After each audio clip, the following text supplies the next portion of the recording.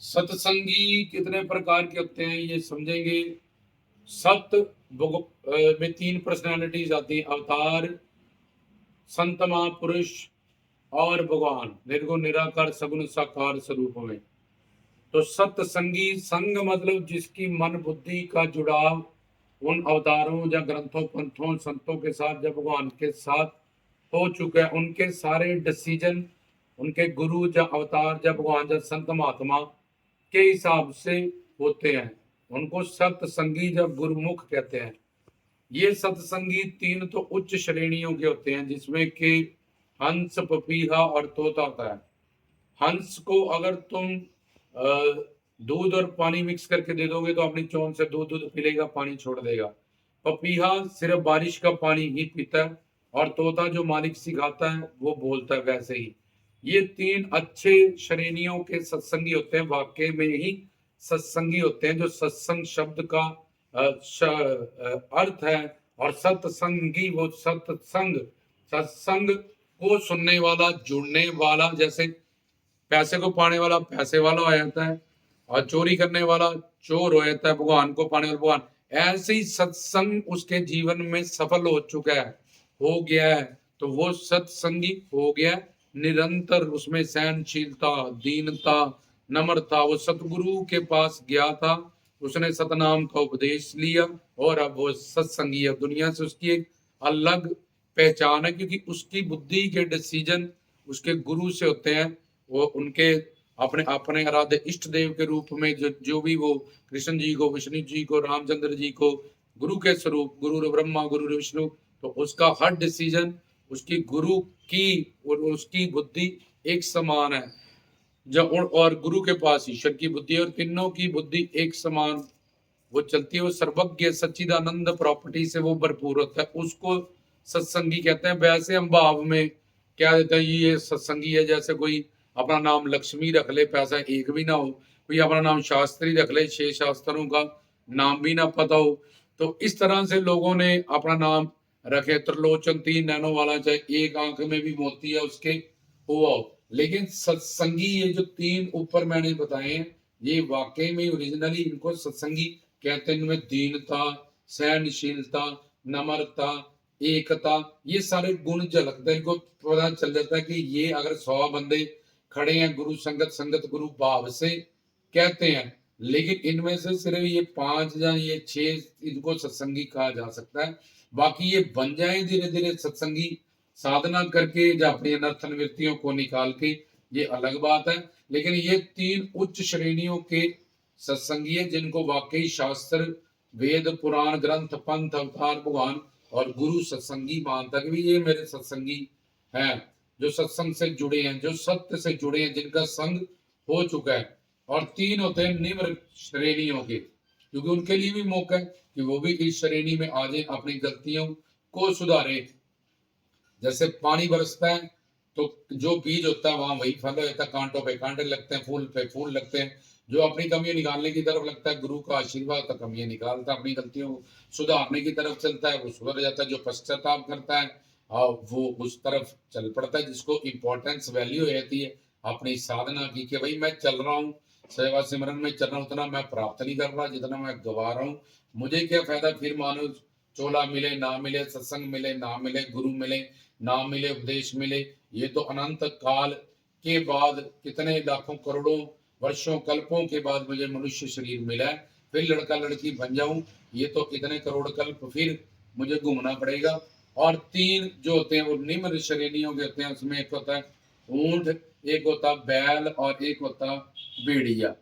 ऊंट क्या करता है कि बस वहां बड़ा अच्छा मंदिर है, वहां जो आए ऐसा कपड़ा पहन, उसने ये सूट पहना, उसने वो पहन, वहां मूर्तियों को श्रृंगार बहुत खर्चा किया, वहां पे ऐसे सोने हीरे मोती जवाहरात चढ़ाए गए हैं, वहां मूर्तियों की ड्रेस ऐसे है, वहां के मंदिर, बस ये बाहिरंगी चीजें देख के कि यार ही वहां बहुत भीड़ है, वहां चलो, वहां जाओ, वहां इतना सोने का मुकुट चढ़ा है, जहाँ आने वाले लोग इतने इतने बड़े लोग आते हैं, इतनी बड़ी बड़ी ऑडी गाड़ी लेके, रेंज रोवर लेके, वो इन्हीं सब चीजों से, बाहरी आकर्षण से ही सिर्फ अट्रैक्ट होता रहता, वहां क्या कीर्तन भजन सत्संग हो रहा है इसको कि इससे मतलब नहीं होता। तो निम्न श्रेणियों का है। और फिर दूसरा बैल, वो वहां जाता है निंदा चुगली पर, एक कान से गुरु का प्रवचन जहाँ वहां का कीर्तन सुनता है, एक से निंदा चुगली पर दोष ये सब, और उसका कोई रिजल्ट नहीं होता। जिन्ना कपड़ा साफ पानी से धोया उतना ही गंदे से धोया, साफ से धोया और गंदे से धोया।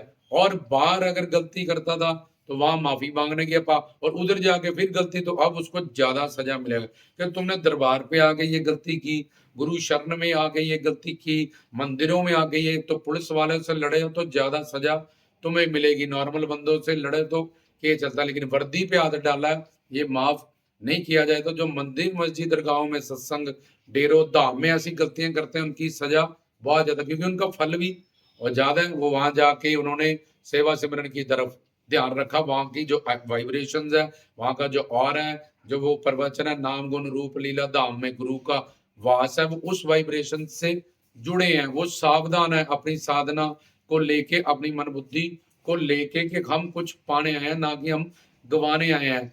तो ये जो निम्न श्रेणियों का जो होता है बैल, ये नीम खिलाओ वो भी खा लेता है, मीठा खिलाओ वो भी। तो एक तरफ ये निंदा चुगली गलतियां भी, और एक तरफ कीर्तन भजन, तो इसमें कोई रिजल्ट नहीं होता। जैसे एक फौजी को बोलो मार्च, और अपनी जगह पे वो चलता रहे 10 साल 20 साल 30 साल में भी उसको एंड में वो उसको नरक ही जाना पड़ेगा, 84 में घूमना पड़ेगा, ऊंट को भी और इस बैल को भी।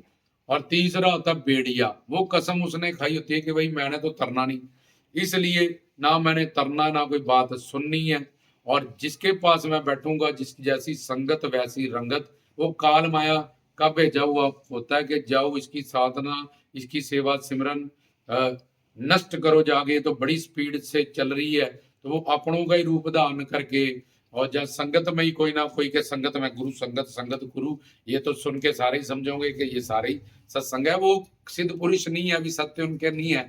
और रज तम सत व्यक्तियों व्यक्ति हैं जिनके अंदर रज तम सत गुण माया और काल माया के अधीन है, और उन माया में परिवर्तन होता रहता है। इसलिए तुम्हें पहचानने पड़ेंगे कि भाई मैं उन सत्संगियों के पास बैठूं जो हंस स्वरूप है, जो पपिया स्वरूप है, या जो तोता स्वरूप, जो गुरु ने समझाया गुरु नहीं है उनकी बातें करते हैं, सिर्फ सलाह करते हैं, रिवीजन करते हैं, धाम को संभालो, अपनी जिम्मेवारियां धर्म कर्तव्य निभाओ, कि मैं इनकी संगत करूं। अगर गुरु नहीं भी है, ये मुझसे बहुत आगे हैं, अच्छी बात बताएंगे, मैं डामाडोल हूं मुझे संभालेंगे, मैं गलत काम करूंगी मुझे रोकेंगे। क्यों? क्योंकि उनके अंदर गुरु है बसा हुआ, उतना उतना ज्ञान है, उतने उतने उनके अंदर सत्संग सिद्ध हो चुका है, उतने उतने सत्संगी है। तो मैं तो मनमुखी के पास बैठी हूँ, तो मैं कह रही हूँ मैं सत्संगी के पास बैठी हूँ। ये अपनी मन बुद्धि का संगी है, काल माया का संगी है, ना कि ये सत्संगी है। ऐसे ही जब हम पार्टी में जाते हैं, अच्छी अच्छी चीजें रखते हैं, अगर वहां गंदी चीजें उसको अपनी प्लेट में नहीं रखते, रोटी में बाल पड़ जाए उसको नहीं खाता कि ये गंदी, दूध में मक्खी पड़ जाए, ऐसे हमें देखना पड़ेगा हमारी साधना सेवा सिमरन में कौन सी चीजें हैं जो हमें आगे नहीं बढ़ने जा रही हैं, या कौन सी संगत कुसंगति ने बड़े बड़े ऋषि मुनियों का भ्रष्ट कर दिया, उनकी साधना को जीरो कर दिया, तो मैं क्या चीज हूं। इसलिए इन बातों की समझ करें, ये उच्च श्रेणियों के सत्संगी हैं, ये वाकई में ही सत्संगी हैं। और जो नीचे या निम्र, वो अपने आप को सत्संगी कहते हैं, लेकिन उनको वेद शास्त्र ग्रंथ पंथ गुरु अवतार भगवान उनको सत्संगी नहीं मानते, उनको मनमुखी कहा जाता है। माया की तरफ जिनका मुख है, जो रज तम सत गुण की माया पे नाच रहे हैं, वो जो चढ़ावे देखने की, अब ये राजस गुण है, उसमें जो प्रधान है वो सिर्फ यही सब कुछ वो देख रहा है, और जो ये भी सुनता जा रहा है वो भी सुनता जा रहा है, और जो सिर्फ नष्ट करने गया तुम्हारी साधना को, या तुम्हारी सेवा सिमरन भक्ति को जो तुमने प्राप्त किया, उसमें तामस गुण है। और जो ऊपर होते हैं उनमें सात्विक गुण होता है, जो इस तरह से चलते हैं। इसलिए सत्संग को पहले समझो और सत्संगी को पहले पहचानो, तभी किसी को सत्संगी की मानो। तुम इसको सत्संगी कह रहे हो और तुम उसको दुनिया ने भी तुम्हारे कहने से, लेकिन इसका क्या होगा? भगवान बोलेगा कि यार तू खुद तो सत्संगी ना, तुझे सत्संगी का समझ है ना, तू है, तू किसी को भी सत्संगी यार क्या देता है। तो ये भाव स्वरूप के वहां बैठेगा, सुनेगा, और धीरे धीरे सत्संगी बन जाएगा, अपनी गलतियों को सुधार के, अपनी कमियों को निकाल के। क्योंकि हम गुरु सतगुरु, हम गुरु नहीं बन सकते हैं, वो सतगुरु हैं, तो हम उनके साथ संगी बन सकते हैं, गुरु का रूप हो सकते हैं। हम गुरु से ज्ञान पाके गुरु वाली शक्तियां वो हमें दान कर सकते हैं, नॉलेज दान कर सकते हैं, अपना आनंद दान कर सकते हैं, पर हम फिर भी उनके शिष्य ही रहेंगे। वो सतगुरु हैं, उनसे सत्संग सुन के हमने सत्संगी बनना है, ये हमारा टारगेट है। उसे भी हमें सब कुछ मिलेगा। तो हम 10 साल रहे गुरु के साथ, लेकिन नर्सरी में रहे, फेल होते रहे, तो हमारी आयु बढ़ी, इनकम बढ़ी, बच्चे बढ़े, फैमिली बढ़ा, लेकिन सिर्फ हम सत्संगी नहीं बन पाए। हम सतगुरु भी मिले, सत्संग भी मिल रहा है, नामदान भी मिला, दरबार भी मिला, लेकिन फिर भी हमने कुछ प्राप्त। जैसे एक समुद्र में एक मछली प्यासी तड़प तड़प के मर जाए, ऐसे लोग अपने आप को सत्संगी घोषित करके सारी जिंदगी उनमें वही काम, क्रोध, लोभ, मोह, अहंकार, इच्छा, द्वेष, तृष्णा, जेलसी, ये सब ही उनमें झलकता है, चाहे कोई 10 साल 20 साल। इसलिए सत्संगी बने, सत्संग को पहचाने, सत्संगियों को पहचाने, और संगत अपनी को सुधारें, और अपनी साधना की रक्षा करें, अपने सेवनन की, अपनी सेवा की, कि ये कमाया पहले इसको संभालूं और इसको बढ़ाऊं। मैंने 1 लाख कमाया, गली में रख दिया, कोई ले गया, सारा नष्ट हो गया। इसलिए हमेशा जैसे ट्रैफिक में हम सावधान रहते हैं, कहीं लग ना जाए।